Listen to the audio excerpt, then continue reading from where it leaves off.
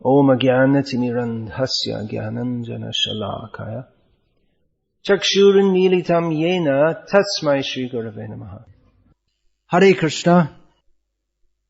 I'll start by reading from the teachings of Srila Bhakti Siddhanta Saraswati Goswami Maharaj Prabhupada as follows. He states, the Supreme Lord worships His devotees. Although the Lord Himself is supremely worshipable, His devotees are the objects of and candidates for His adoration and love. The spiritual master is topmost among the Lord's devotees. Needless to say, one whom the Lord worships must be worth worshipping. My spiritual master is the spiritual master of the whole world, and my Lord, the Lord of the universe. My spiritual master's enemies are the enemies of the universal controller. Unless we root this conviction firmly in our heart, we cannot surrender fully at our Guru's lotus feet and cannot become true disciples. We will not realize our insignificant position and will not be able to chant the holy names while thinking ourselves lower than straw in the street and more tolerant than a tree. There is nothing more auspicious than serving the spiritual master. Among all kinds of worship, worship of the Supreme Lord is the greatest, but service to the spiritual master is even greater.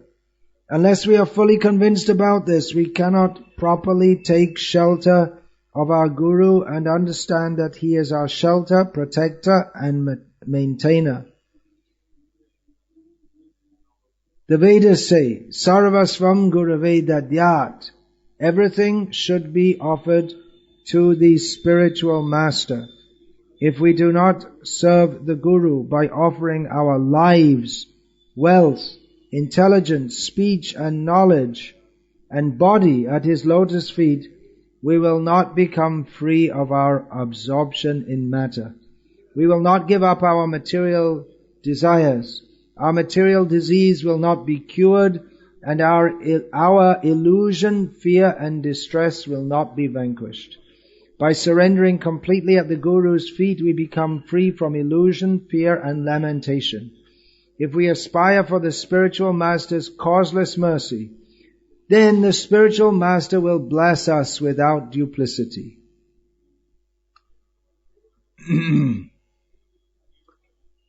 Those of you who are scrutinizing students of the teachings of our acharyas will recognize herein that Srila Bhaktisiddhanta Saraswati Thakur is paraphrasing many statements from Shastra. This last statement, that the spiritual master will bless us without duplicity, that is based on a teaching that Srila Bhaktisiddhanta Saraswati Thakur himself often spoke of, that the Guru can give his mercy, either his real mercy or his cheating mercy. Depends on how we approach. Yeyatamang prapadyante tangs tathaiva bhajamyaham. If we want to cheat, we will be cheated. And we think we're getting mercy, but it's not the real mercy. We may get the mercy in the form of labh, puja and pratishta. Money, honor and position. But that's not the real mercy of the spiritual master. Continuing. The spiritual master is not a mortal being. He is immortal or eternal. The spiritual master is eternal. His service is eternal. And his servants are eternal. Therefore we have nothing to worry about. If we serve him, we will be freed from death. Since our material attachment or sense of being the doer is strong at present, we are anxious and miserable. Only the spiritual master can protect us from such formidable pride. Do we want his protection? It seems that we prefer to remain trapped in material existence. If we want to become free, we would engage in his service. Do we have such a mentality? What to speak of giving the Guru 100% of our energy, we are not even prepared to give him 1%. Unless we accept the essence of everything, Lord Krishna, as the goal of life, how can we achieve him? Our present pathetic condition is due to our not accepting the spiritual master as if he were as good as the Supreme Lord. This is the root cause of our continued attachment to matter. That is why I say one should not consider the spiritual master an ordinary being. He is the one who can give you unlimited life. He is the doctor of your soul, your protector, maintainer, benefactor, and selfless well-wisher.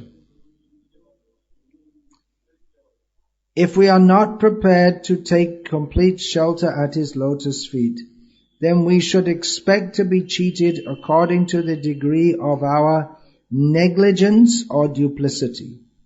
Think carefully about this. If we are not introspective, we will not be successful. If we do not surrender ourselves 100% at the feet of that personality to whom most auspicious Krishna has entrusted our well-being, how can he bless us? If we make a pretense of devotional service or become hypocrites while maintaining material desire, then the omniscient spiritual master will be compelled to deceive us. The Shastra states, Yadrishi bhavana yasya siddhir bhavati tadrishi. According to one's state of mind, one attains perfection. When you cheat your spiritual master and Krishna by serving Maya and your relatives without taking full shelter of Guru, then the Chaitya Guru will mercifully remind you that you have not yet become a true disciple. You are not yet following your spiritual master's instructions, and your heart still contains sinful desire. Since you are accustomed to listening to your duplicitous mind and adopting the ideals and conceptions of ordinary people, that is proof that you have not yet developed ears to hear my instructions. Therefore you have been cheated. Again, it is the duty of a disciple to accept his spiritual master's arrangements for his life without reservation. If you do not, degradation is inevitable. O my friends, do not become sense enjoyers. Everything in this world is meant for the service of Guru and Krishna. If you try to usurp the objects meant for their pleasure, you will find only misfortune until you learn to see everything in relation to your spiritual master. There is no question of success on the devotional path. Heavy words as we expect from Srila Bhaktivedanta Saraswati Thakur, as we expect from Srila Prabhupada, as we expect from all the gurus. Guru means heavy. The great acharyas, of whom Srila Prabhupada, Srila Bhaktivedanta Saraswati Thakur are certainly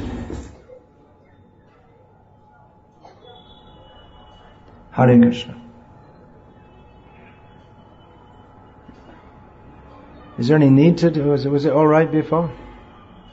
No. Tell him. Hare Krishna. जैसे है वैसे चलेगा, कोई तकलीफ नहीं है. Hare Krishna.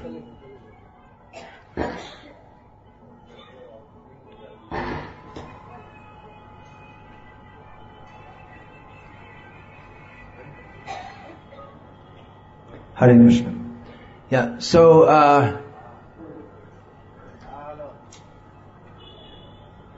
These are the great acharyas who, by their very lives, show us what it means to be Krishna conscious, and who in all ways, in everything they do, teach us to come to that platform. Guru means teacher. Just 3 days ago, I heard for the first time, grace of Keshavanand Prabhu, that Sri Madhvacharya had identified the main, or the definitive characteristic of a Brahmana as being one who teaches. Certainly he also studies, certainly also performs puja, certainly keeps himself clean and pure, but the core characteristic is one who teaches. So the acharyas are those who teach about Krishna consciousness by being Krishna conscious.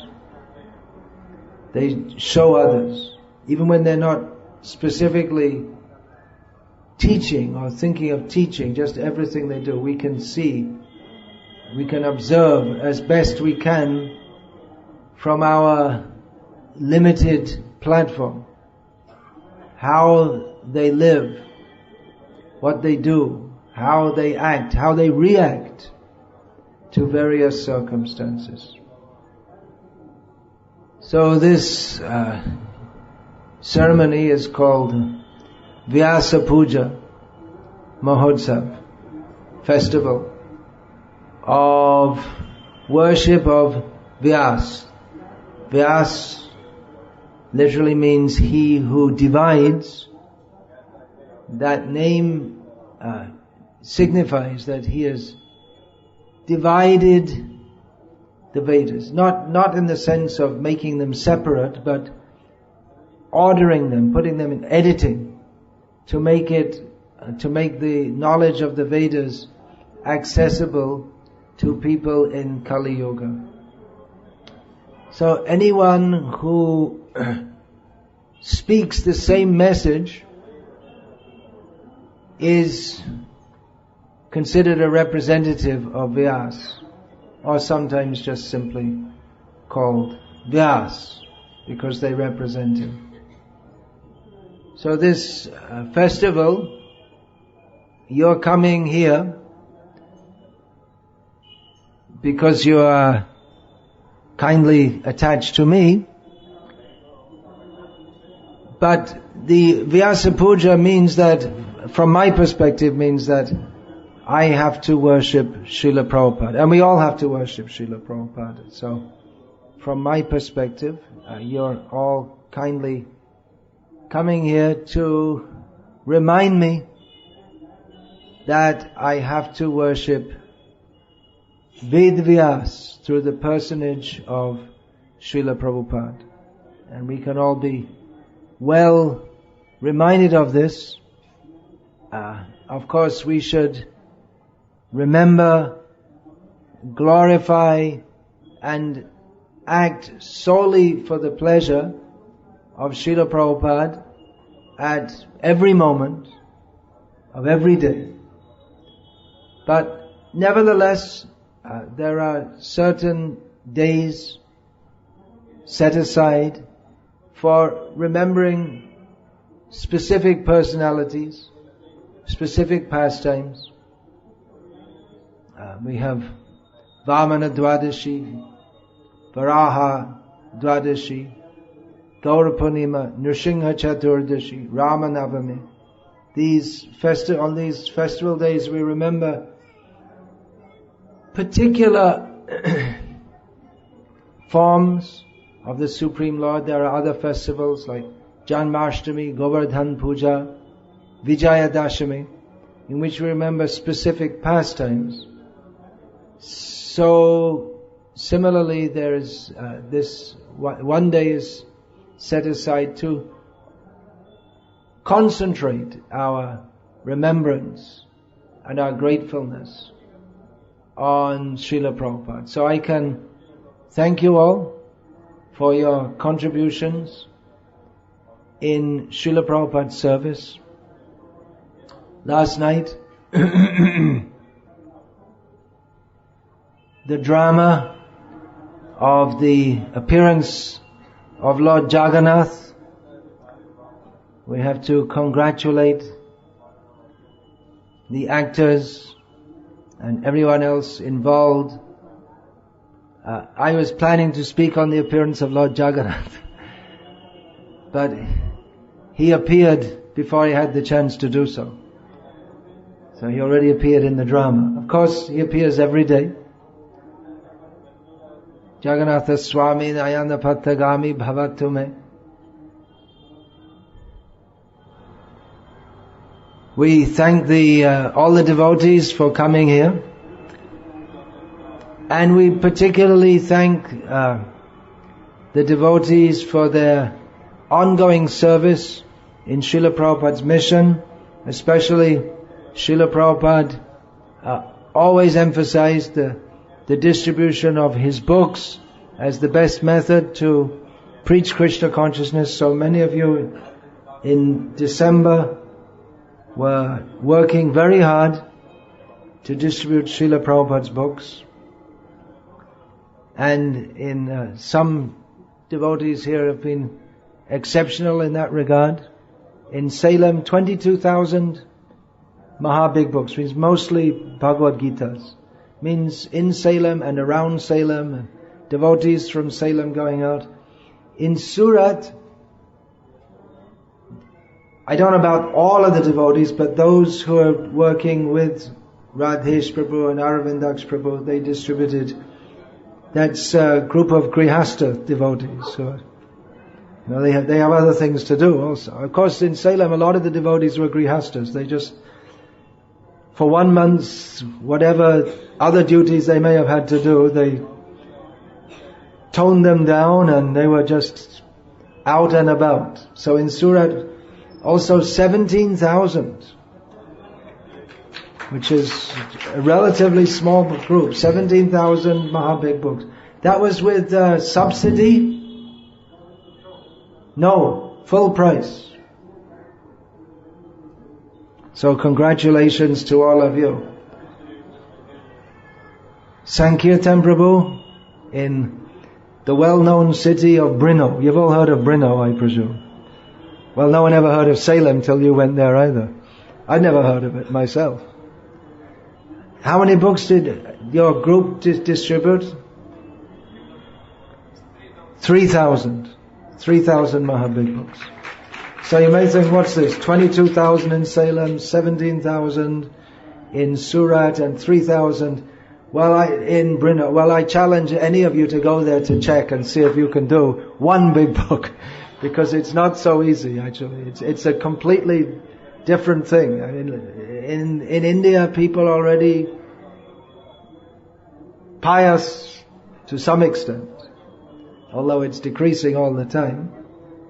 But in Czech Republic, people have no inclination to take Bhagavad Gita. If you put Bhagavad Gita in the bookshop, you put 100 Bhagavad Gitas in the bookshop in Brno, and you come back a year later, there'll probably be 99 left. People it's not something they have they don't even heard of Bhagavad Gita, most of the people. So congratulations to all of you. Of course, that's not the only service. There are many services to do. In Srila Prabhupada's mission, Srila Prabhupada has kindly kept us all very busy in his service.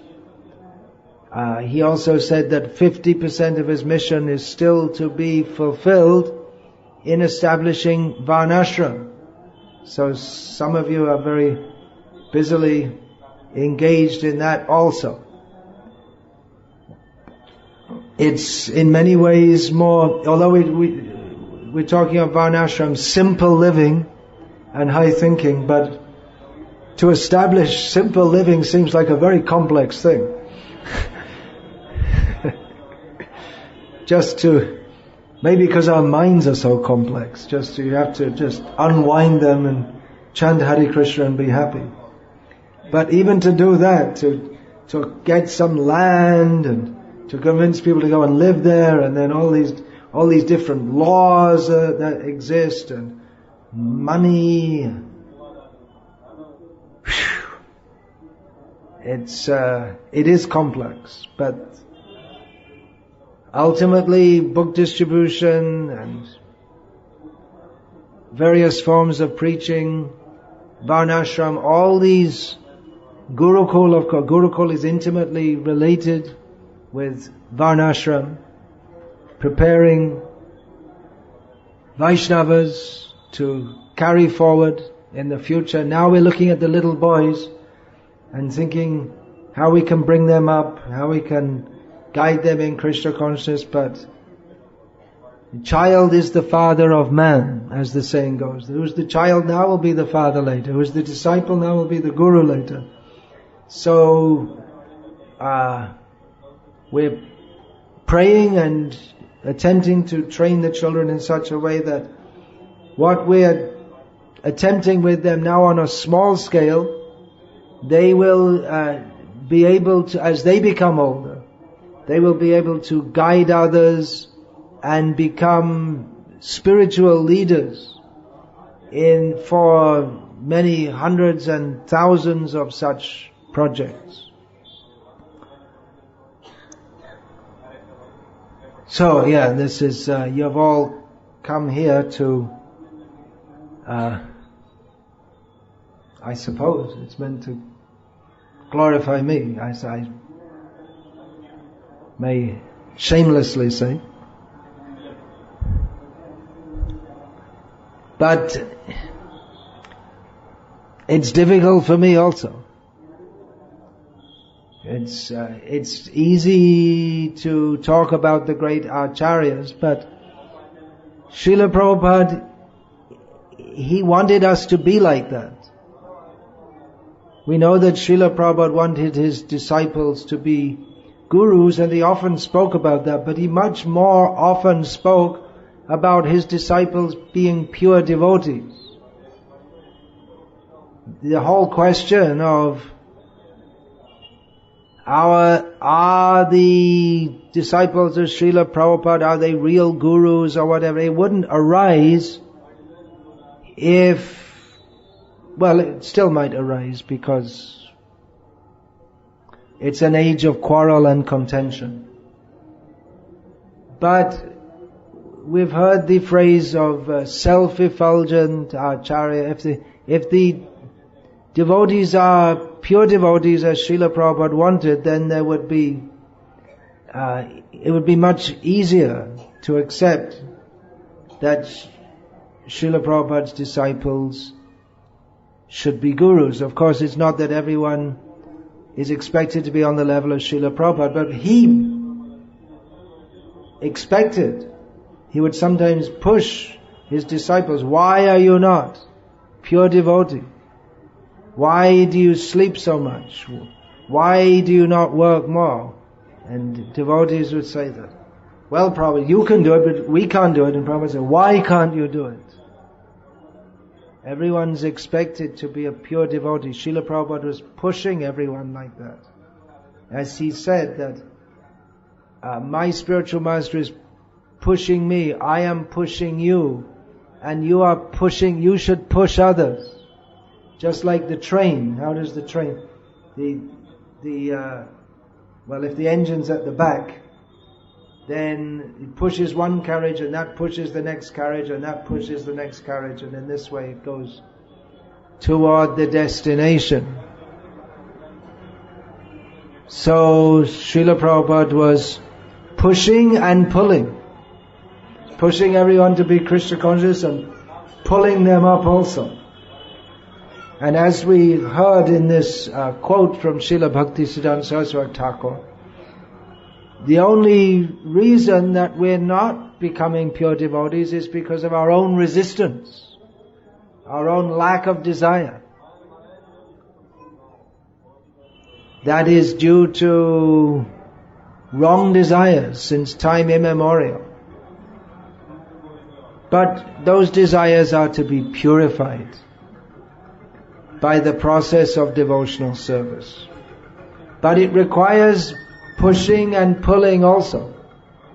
That is also required. It's not mechanical in the sense that you can just think, I'll chant so many rounds and I'll do this and I'll do that, and then automatically I'll be a pure devotee. Someone wrote to me recently and said, what do I have to do to guarantee that I go back to Godhead?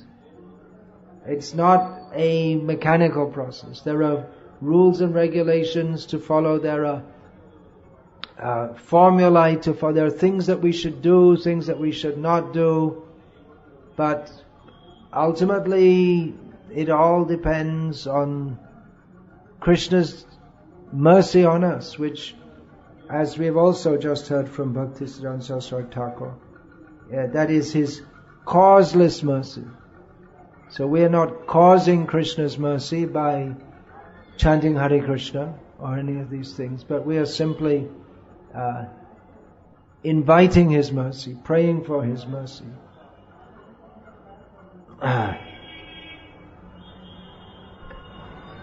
So in this festival and with so many activities going on,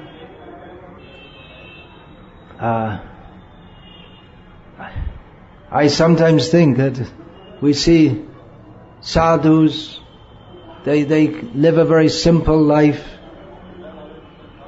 They simply live in one place and chant Hare Krishna. They have nothing, almost literally. Many sadhus, they almost literally have nothing. Just a little cloth, maybe a blanket, a begging bowl, and nothing more. So they have no anxiety. Simple, happy life, chanting Hare Krishna. This is what we want to establish in the Varnashram communities, that people can live simply and happily. If we don't want many things, if we don't desire, I want this, I want that, I need this, I need that, then we become free from anxiety. Simply living on the lap of Krishna, chanting His names. But for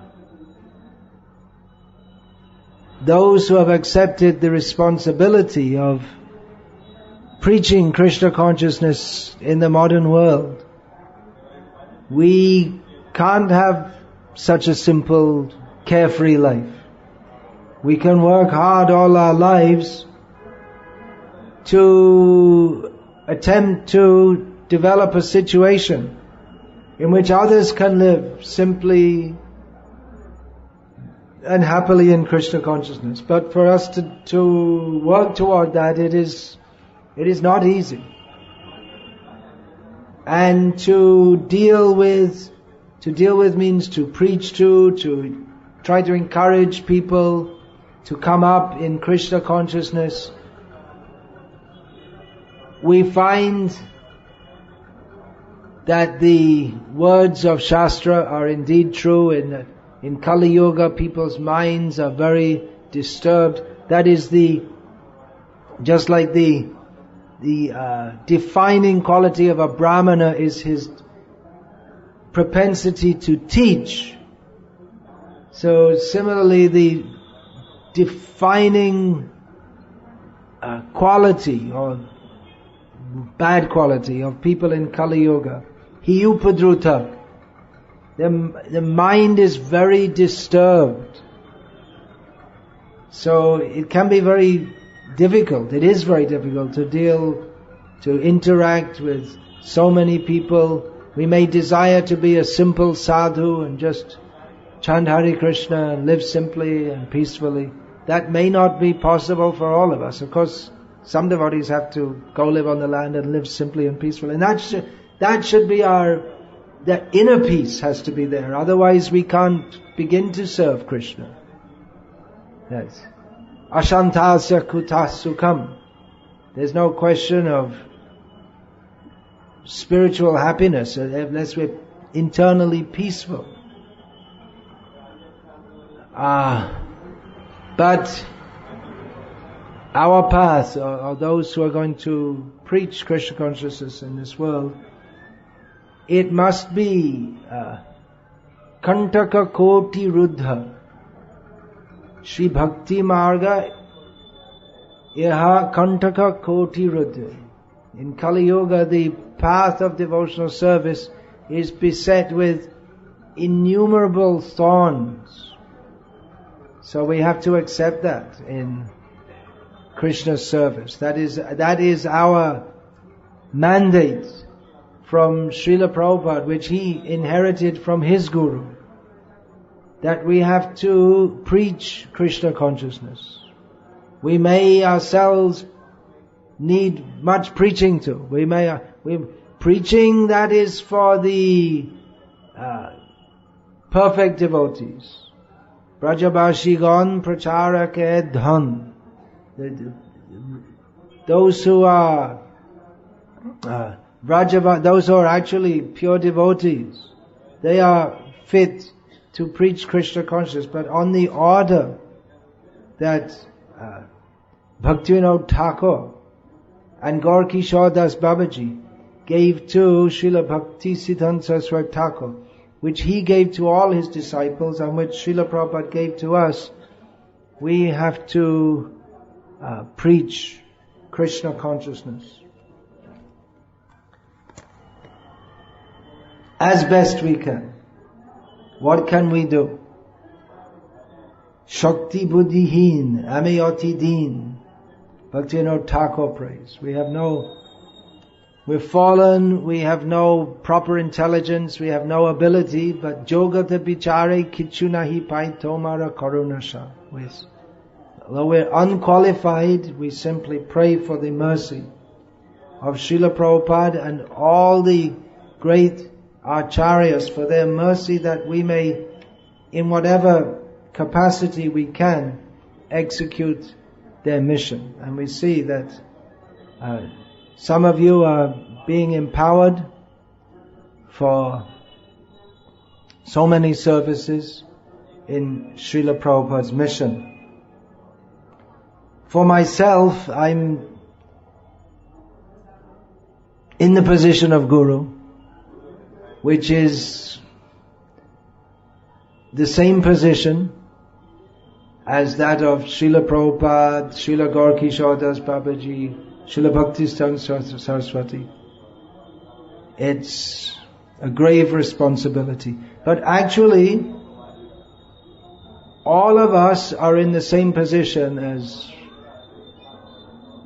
Madhvacharya, Ramanujacharya, Nimbarka Swami, and all the Ananta Koti Vaishnava Vrinda. We're all in that in the sense that we're all disciples. The Guru is primarily a disciple, not primarily a Guru. From our vision, a Guru is definitely a Guru, but from his own vision, he is not primarily a Guru, he is only a disciple. His role as Guru is as a service only. And we can learn, what do we have to learn from the Guru? We have to learn how to be a disciple, what it means to be a disciple. So we learn that also from seeing how the Guru is a perfect disciple. We see Srila Prabhupada in what appears to be a physical old age.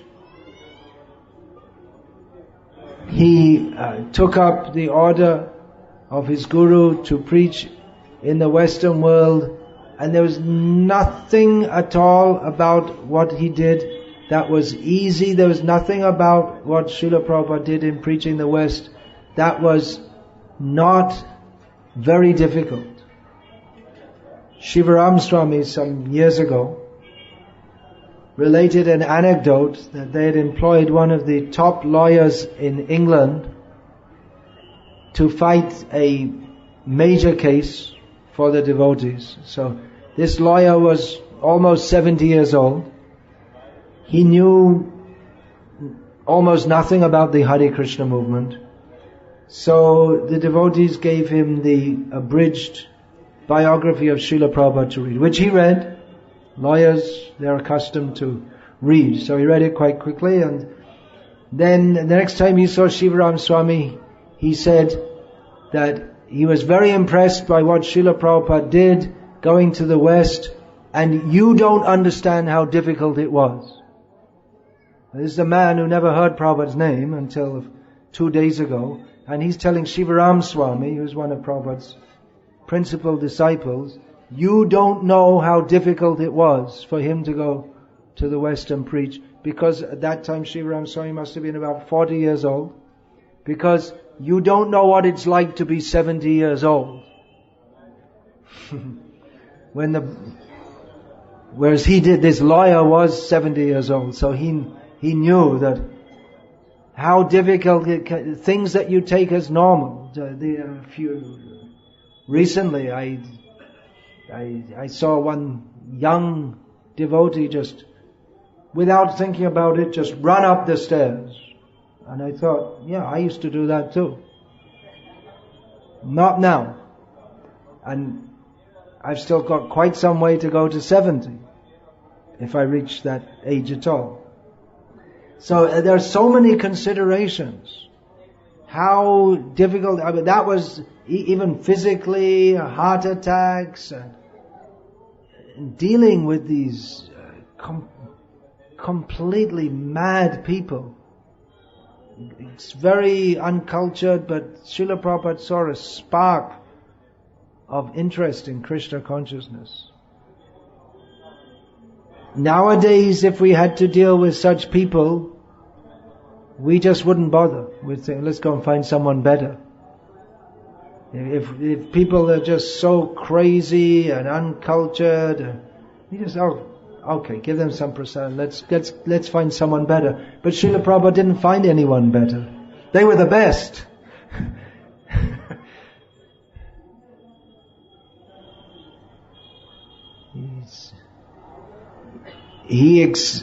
From his writings, it appears that Srila Prabhupada expected that the more educated, cultured, using that word within the Western context.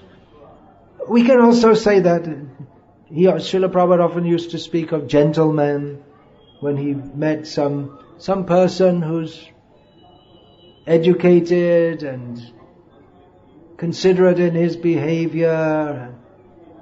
So Srila Prabhupada expected the intelligentsia and the intellectuals, the cultured people to take to Krishna consciousness. But when Srila Prabhupada first went to the West, they didn't. And frankly, up to the present day, still, hardly they're coming.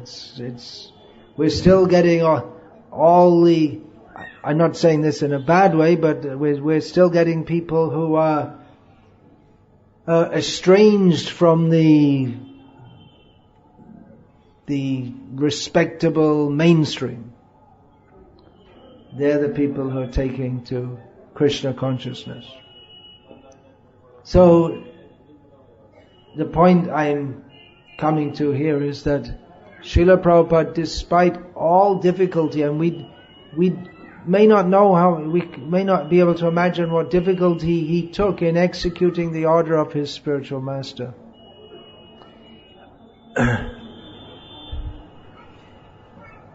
Because we can look back on it now, it looks as if it was inevitable. Because Srila Prabhupada himself didn't complain, he didn't become discouraged. Therefore, it might not seem that it was, or because we think, well, Srila Prabhupada was a pure devotee, so it was just some game for him. But struggle was there, undoubtedly. And complete surrender was there. He didn't have to do it. There's one, you can hear that Srila Prabhupada in 1966 talking to some group of people who are listening. Few people come to listen to his lecture. And the one woman is in America taking notes in New York City. She's very studiously taking notes, and she's trying to get all the points. And Srila Prabhupada has mentioned Vrindavan. And she herself, who is that woman? We don't even know now. But she said that actually you're not happy here, are you? You like to be in Vrindavan. He said, yes, I'd like to be in Vrindavan. What am I doing here? Is the order of my spiritual master, is my duty. And he just said it, just like he said everything. He's just speaking the philosophy of Krishna consciousness, that we are all spirit soul, we have to surrender Krishna. So Prabhupada said, yes, I'm here because it's my duty, my spiritual master ordered me. He just took it, matter of fact. There is no question of not executing the order of his guru, even though, as he said, I'm very happy in Vrindavan. I have no problem there. Everything is very nice. He said, I have no problem there in Vrindavan. Which just suggests how much problem he had in America. Everything troublesome, everything difficult for him. Vrindavan is just, the whole place is just set up perfectly for being Krishna conscious. And the whole of America is just set up perfectly how to forget Krishna completely, forever. So for Srila Prabhupada, although you think America is very convenient, but for Srila Prabhupada it's very inconvenient. But he took that up as his duty to serve his spiritual master. And he expected his disciples to practice Krishna consciousness. If you take initiation, then at least you may say, well, I don't feel any taste, or I have this problem or that problem, but there's a duty. Once we have vowed to follow four regulated principles, to dedicate our life to Krishna, you can't go back on that. So in this way we learn how to be a disciple. Srila Prabhupada was perfect guru because he is a perfect disciple. What does it take to be a guru? One should be a perfect disciple. Perfect disciple doesn't only mean to follow everything very nicely. That's the beginning. That is the beginning. As we often hear devotees talking about, so and so has good sadhana. If we say someone has good sadhana, what we generally mean is they follow the minimum standard given by Srila Prabhupada. But good sadhana should be the minimum and more, and it's almost expected that devotees don't follow the minimum that they're expected to follow. Therefore we say good sadhana if someone follows the minimum. So to follow everything that we're expected, that we're told to, that we accept to do as a disciple, then you're called a good disciple. But that's just disciple. That's not good disciple. Disciple means one should follow at least minimally what is expected of one. And then on top of that one should strive to serve the mission of the spiritual master. So to follow all the formulae, That is the minimum expected of a disciple, to chant 16 rounds, follow 4 regulated principles, rise early, attend Mangalarti, take only Krishna Prasad. That's the minimum. That doesn't make one a good disciple, that's just a disciple.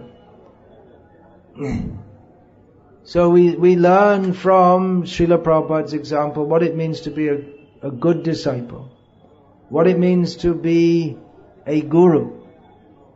And for me, it's inspiring for all of us, I hope, to hear about Srila Prabhupada, to meditate upon Srila Prabhupada. But then, when I have to think of myself, I'm in the position of guru in instructing all of you, initiating these 2 main functions by which one is known as a guru, to give diksha and to give shiksha. So I'm attempting to do that, and I have to instruct you to give up sense gratification, to fully surrender to Krishna, while at the same time myself still working on all these things. It's a different situation to that of Srila Prabhupada, Srila Gaura Das Babaji Maharaj, Srila Bhakti Siddhanta Saraswati Thakur, all these great devotees. So it is a dilemma or a dichotomy for myself that I have to encourage, I have to instruct you and take the role of a guru. I just read recently that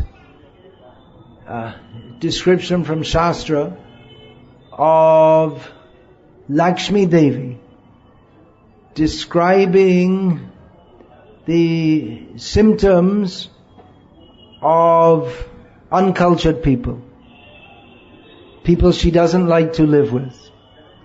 One of the symptoms was, 2 of the symptoms was one, that the disciples don't care to follow their gurus. And another one is that the gurus treat their disciples as friends.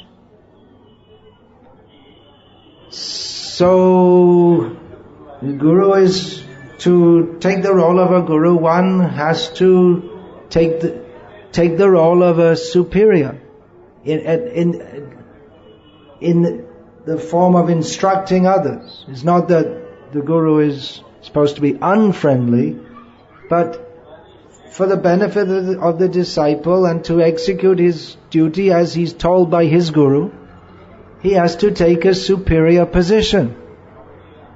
Otherwise, it's something like a parent not instructing the child, and that is increasingly common in the Western world. In what year was that? Must have been 1979 or thereabout. In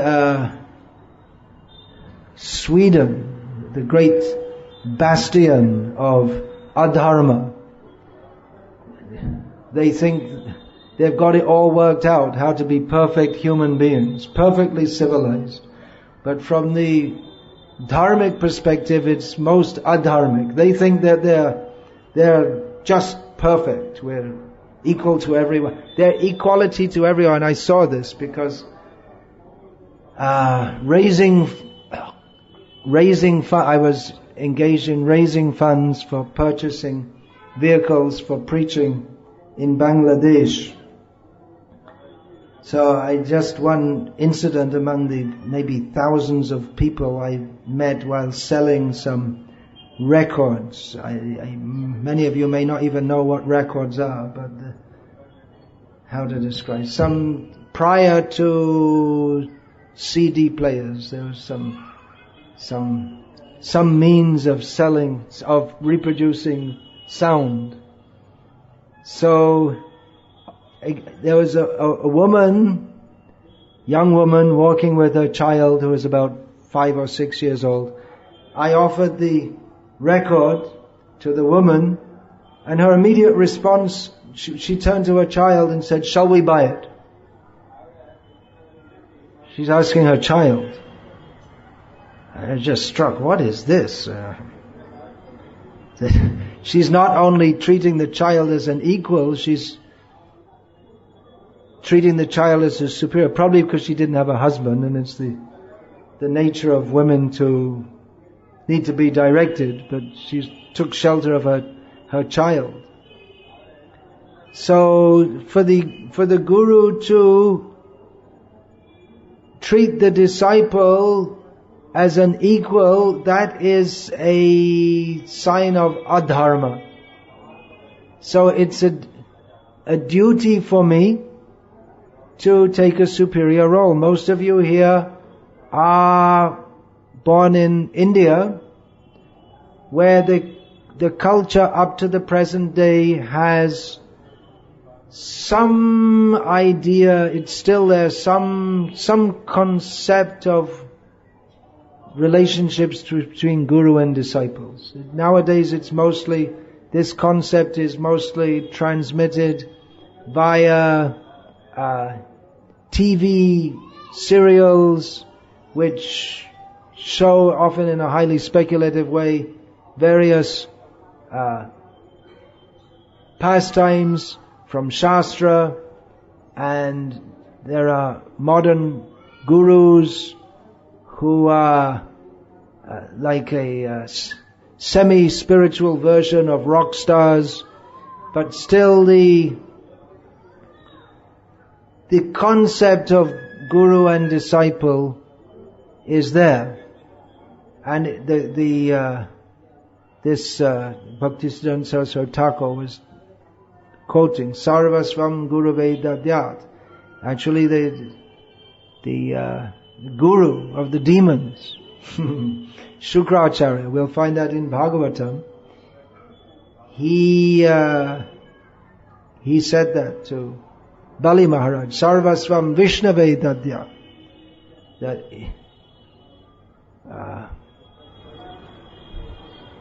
what is the next line? Murkam Vartishyate Katam. He said, "You fool, if you give everything to Vishnu, how will you live?" He wasn't a very good guru.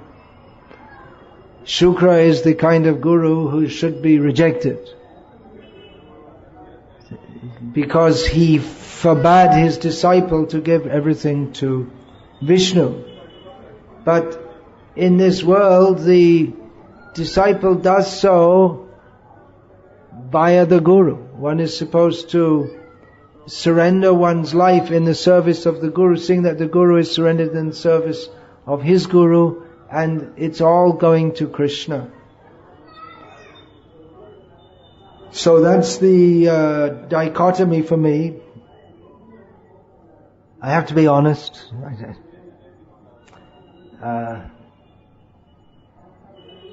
I think it's not difficult to understand anyway, that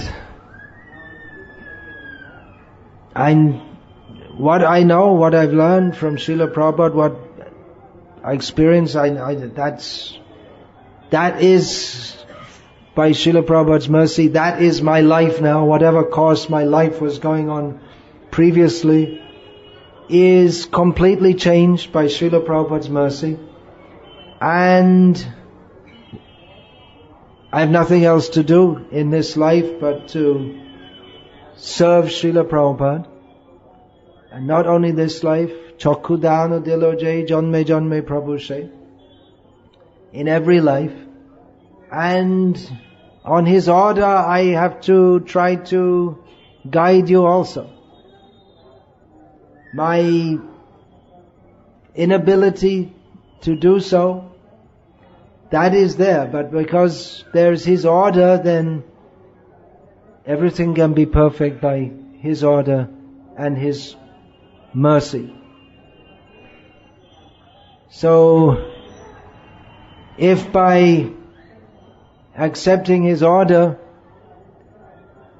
I'm to teach and to initiate, that his mission can be served, then certainly it should be done. And we're seeing that many of you are serving his mission so well by distributing his books, working hard in his mission, establishing Varnashram projects, Gurukuls, chanting Hare Krishna. There's so many things to be done in his service, dedicating your life in his service. So, despite my inabilities, if I simply attempt to convey to you whatever I have understood and received from Srila Prabhupada, and I would be ungrateful if I were to say that I have not received anything. It's everything. Everything I've received from Srila Prabhupada. My ability to accept it, that is my misfortune. But I know that he has given us everything. And that is my duty to try to convey that to you. And it is my prayer that my own inability, my own anarthas, not be prominent, but that his mercy be prominent, so that you can all avail of his mercy and dedicate yourself more and more in his mission and go back to Godhead and take many others with you.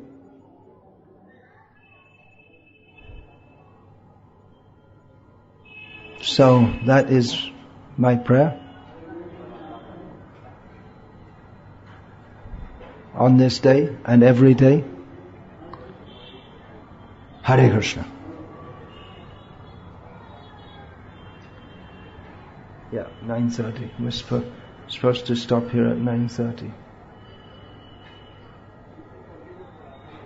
I can continue for half an hour. All right. Yeah, talking about my own inabilities, drawbacks. But then Srila Prabhupada said that, again going back to 1966, before Srila Prabhupada made any disciples in America, he stated that one has to be very careful, one has to accept a perfect person as a guru. If one accepts a perfect person, he can take perfect guidance and advance on the path of perfection. But if one does not accept a person who is perfect, then one will be misguided. So Srila Prabhupada said that one has to be very careful to accept a perfect person as a guru. So, what am I doing saying that? Knowing full well my imperfections. Well, here in Srila Prabhupada's words, I can say how I am perfect. What is my perfection? By which I have the boldness to take this exalted role. Here's a quotation from a lecture of Srila Prabhupada given in Hyderabad in 1972. Srila Prabhupada said, "So we should follow." 4 words. So much meaning is there. We should follow. Our whole life can be completely perfect. Actually, if we take these 3 words, we should follow. Or even just 1 word, follow. But of course we have to know who to follow, why to follow, how to follow. But this is the 1 word which can make our life perfect, if we can understand the import of it. The word follow, anugatya. In Gauriya Vaishnav terminology, this word is very important. Anugatya means going behind or going in sequence. or simply following. Srila Prabhupada said, so we should follow. This is called parampara system. As Arjuna understood Bhagavad Gita, if we understand in that way, then we are perfect. I may be imperfect, but because I understand Bhagavad Gita as it was understood by Arjuna, I am perfect. How you can be imperfect and perfect at the same time? This is not for logicians. If someone is perfect, means in all respects. If there's a slight deviation from the standard of perfection, then it's not perfection. Because perfection means in all respects complete, without any blemish. If there's even some slight thing wrong, then it's not perfect. Because perfect means completely, wholly, full and without any blemish. But Srila Prabhupada says here that even if I am imperfect, I can be perfect. How is that? By understanding Bhagavad Gita as it was understood by Arjuna. Because, Srila Prabhupada says, because the knowledge I am distributing, that is not imperfect. Just like a poor peon. A post peon. A post peon is delivering you $1,000. So he may be a poor man, but the $1,000 he is delivering, that is a fact. That is not a bogus thing. Because he has not manufactured something. He has received that money order from the post office. He's asked to deliver to such and such a person. His honesty is to deliver the money order as it is to the bona fide person. That is his perfection. It's a simple point to understand. That the post peon is not expected to be a perfect person.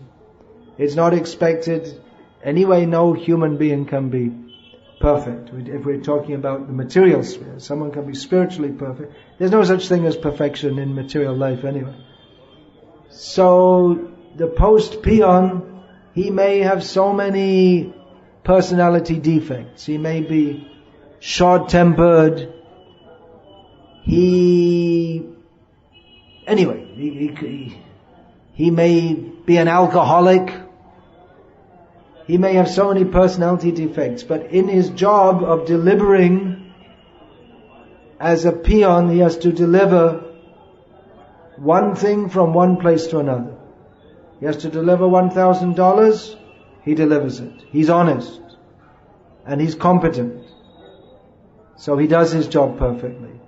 And who deputes the person, the post peon, from the person who employs the post peon, from the employer's perspective, it doesn't matter whether that man is a alcoholic, short-tempered. Well, he shouldn't get short-tempered with the customers or be drunk on the job. But if he does that job, okay, you take $1,000, he's trusted. Take it, deliver it. He does it daily, responsibly, competently. So as a post peon, he is perfect. This is the point being made.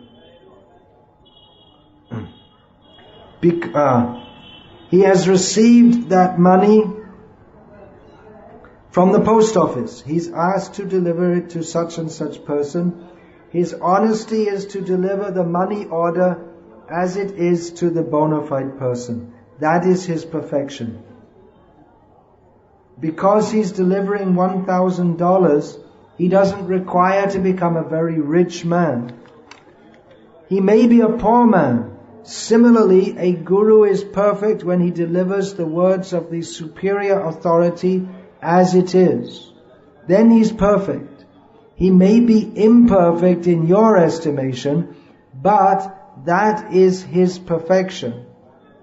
that he is not misleading people by becoming a so-called rascal scholar and interpreting it in a different way and misleading the whole population.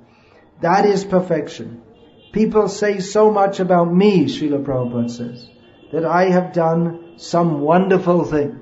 This is Srila Prabhupada speaking in Hyderabad in 1972, when great crowds of people are coming to see him, being astonished by his having gone to the West and preached Krishna consciousness.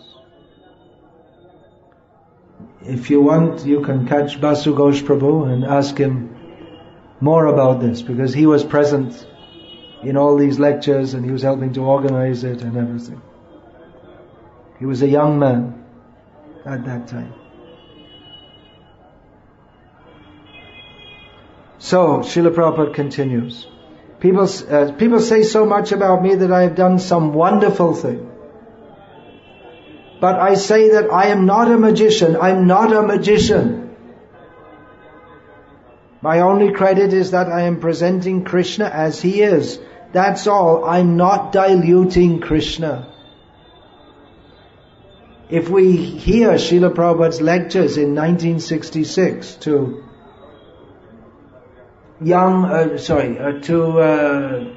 American people who we couldn't even say they're new in Krishna consciousness.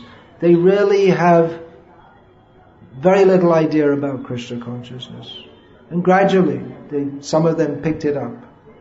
But their knowledge of Krishna consciousness was zero.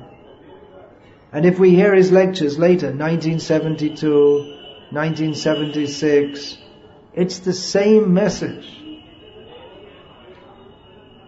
Same thing.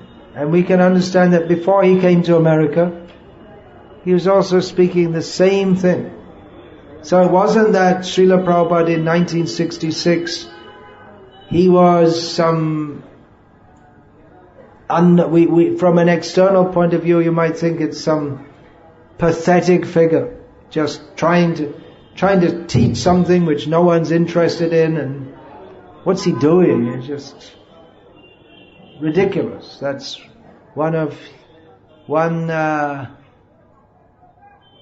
a disciple of one of his godbrothers wrote, Srila Prabhupada was trying to say, come and join me, help me here. And he wrote back, and in this brahmachari at the time, he wrote in one of his reply letters, he used the word ridiculous. Because he thought, you're out there in America, you're just alone, you can't do anything. That he must have been thinking this. And Srila Prabhupada wrote back very strangely, you might think it's ridiculous. Srila Prabhupada, he never thought it was ridiculous. Certainly it wasn't ridiculous. Later on people could see, but at the time you might see, what's he doing? It's hopeless. He's not getting anywhere. What is he trying to instruct those people for? So it's the same message. Srila Prabhupada didn't change the message. Same message. People may take to it, may not take to it. But he has to give the same message.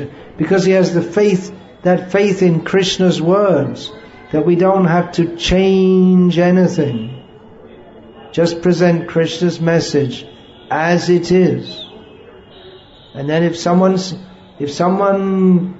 Krishna sends someone, let them come, he'll train them more. If they don't come, still we have to speak the same message. We may think our preaching is successful when many people come. That's true in one sense, but we have to see what they're coming for and what they do.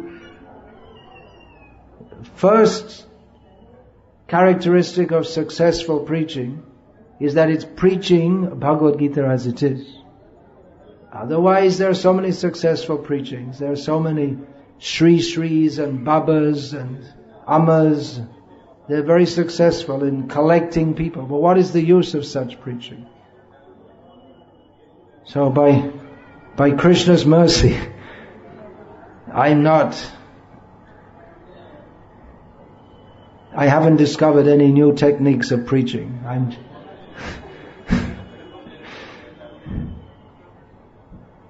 By Krishna's mercy, I still feel that what Krishna speaks is, and what Prabhupada gave us, what Krishna spoke, is far superior to anything I could imagine. It's the truth. It absolutely makes sense. Everything Krishna says in Bhagavad Gita, we can see sense gratification is the cause of suffering. We can see this is not a religious belief. It's not something that will be very popular, but it's a fact. So we can bring thousands of people to some kind of with no substance whatsoever. What is the use of that? If people do not understand even this first basic point, yehi sangsparshaja bhoga dukkha yonya evate adyantavanta kauntaya nateshu ramate buddha. There's no spiritual life without understanding that sense gratification traps us in this material world and causes us to suffer life after life. Spiritual life begins with this understanding. So if we don't talk about it a lot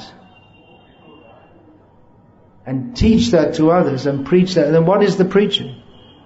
That has to be there. Without understanding this, then you can chant Krishna Nam even for many lifetimes, and you won't advance in Krishna consciousness, because we never untied that example of Bhakti-Siddhanta Saraswati Thakur. The boat is tied to the stick which is hammered in to the ground, or there's a word for that which I can't remember.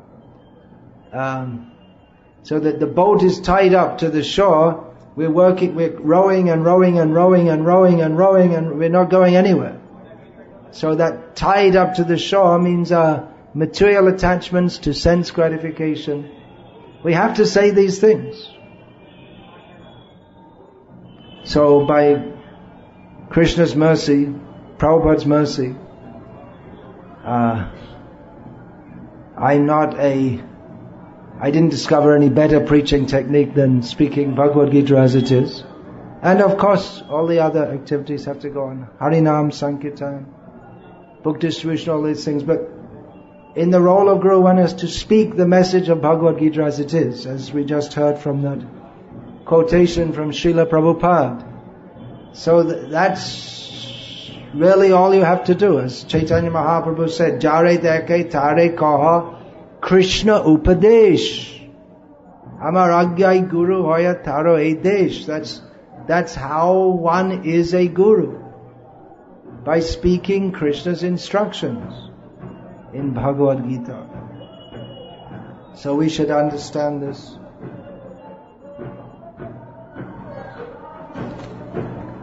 Now, every year at this ceremony, I state what I'm working on in writing, because many of my disciples ask me, what are you writing now? So, just to inform you all, many projects going on simultaneously.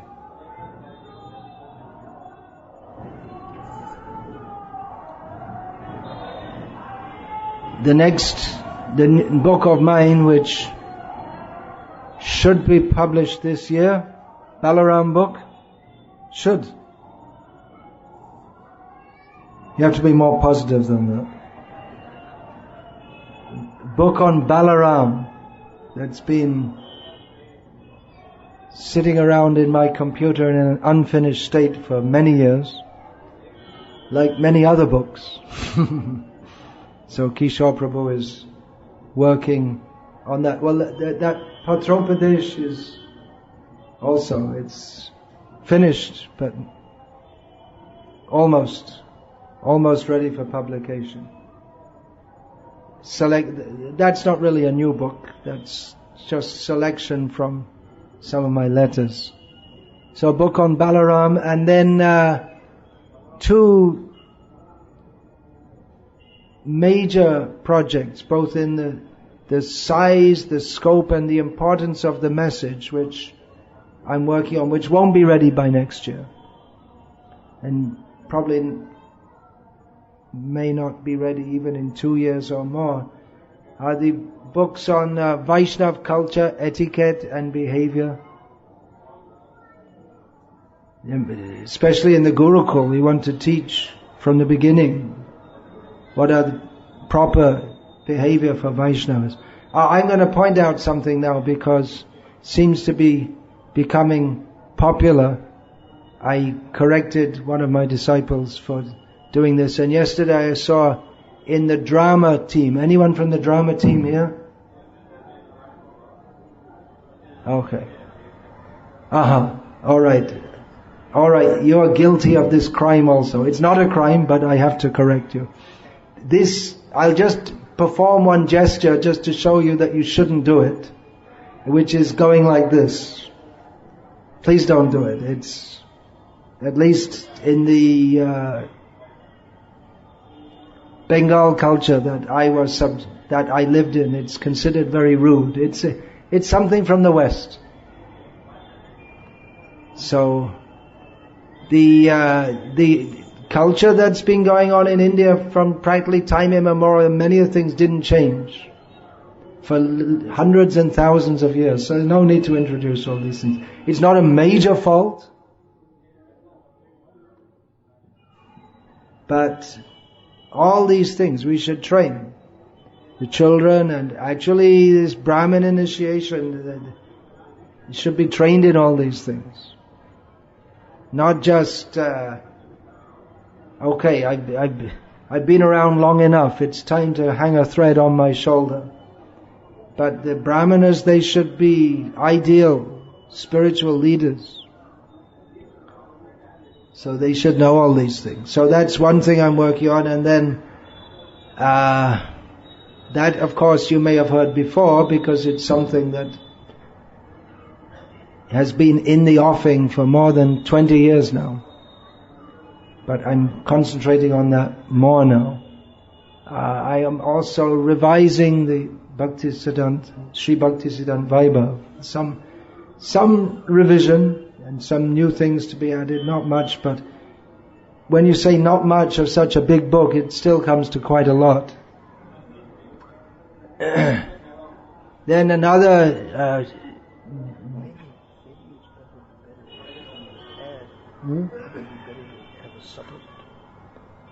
well, it doesn't work like that because it's subject-wise. Anyway, another book of major importance, which if it had been published 20 years ago, maybe ISKCON would not be what it is today. It might be in a better shape.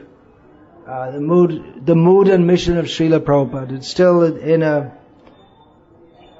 a beginning stage, a very important book, because so many people are coming to the movement that is, in which it said, founder Acharya Srila Prabhupada. But what are Prabhupada's, why did he form this society? What did he expect the members of this society to do? What instructions did he give them? What were his aims in doing so?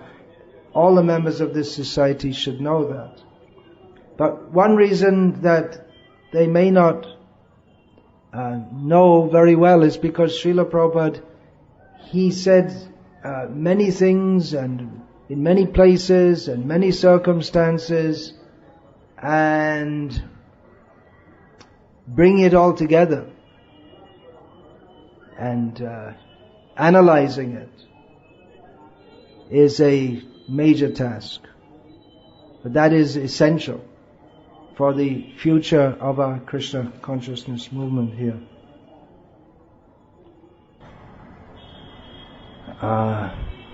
Now this body of that I'm presently situated in is, by Western calculation, 57 years old. I just mentioned how the lawyer in England was astonished that Srila Prabhupada at the age of 70 could do so much. 70 is the usual life expectancy. In Shastra it's stated 100 years in Kali Yuga, but it seems to be generally less. In the Bible it speaks of 70, which means 70. So we can't expect that there will be many more of these festivals with myself, because I don't expect to be around very long. But you all have to take up this work. You're all doing that also. I'm not finished yet, by the way. It's not that I'm going to retire, but at this age, there isn't that much time left. You can't expect to have that much time left. So much work to do to fulfill the mission of Chaitanya Mahaprabhu on so many fields. We're talking about lot of emphasis in the last few years has been on, among my disciples, on Varnashram and book distribution, Varnashram and Gurukul, and prior to that, and still going on, book distribution. So many activities on so many fronts. And atheism has become prominent in the world recently. That is to be combated. The whole world is going to hell, almost literally. There's so much work to do in preaching, in so many ways. So none of us can do very much because there's so much to do, but we're all very small beings. But I trust that you will continue to take up this mission and be responsible and carry it on into the future. Hare Krishna.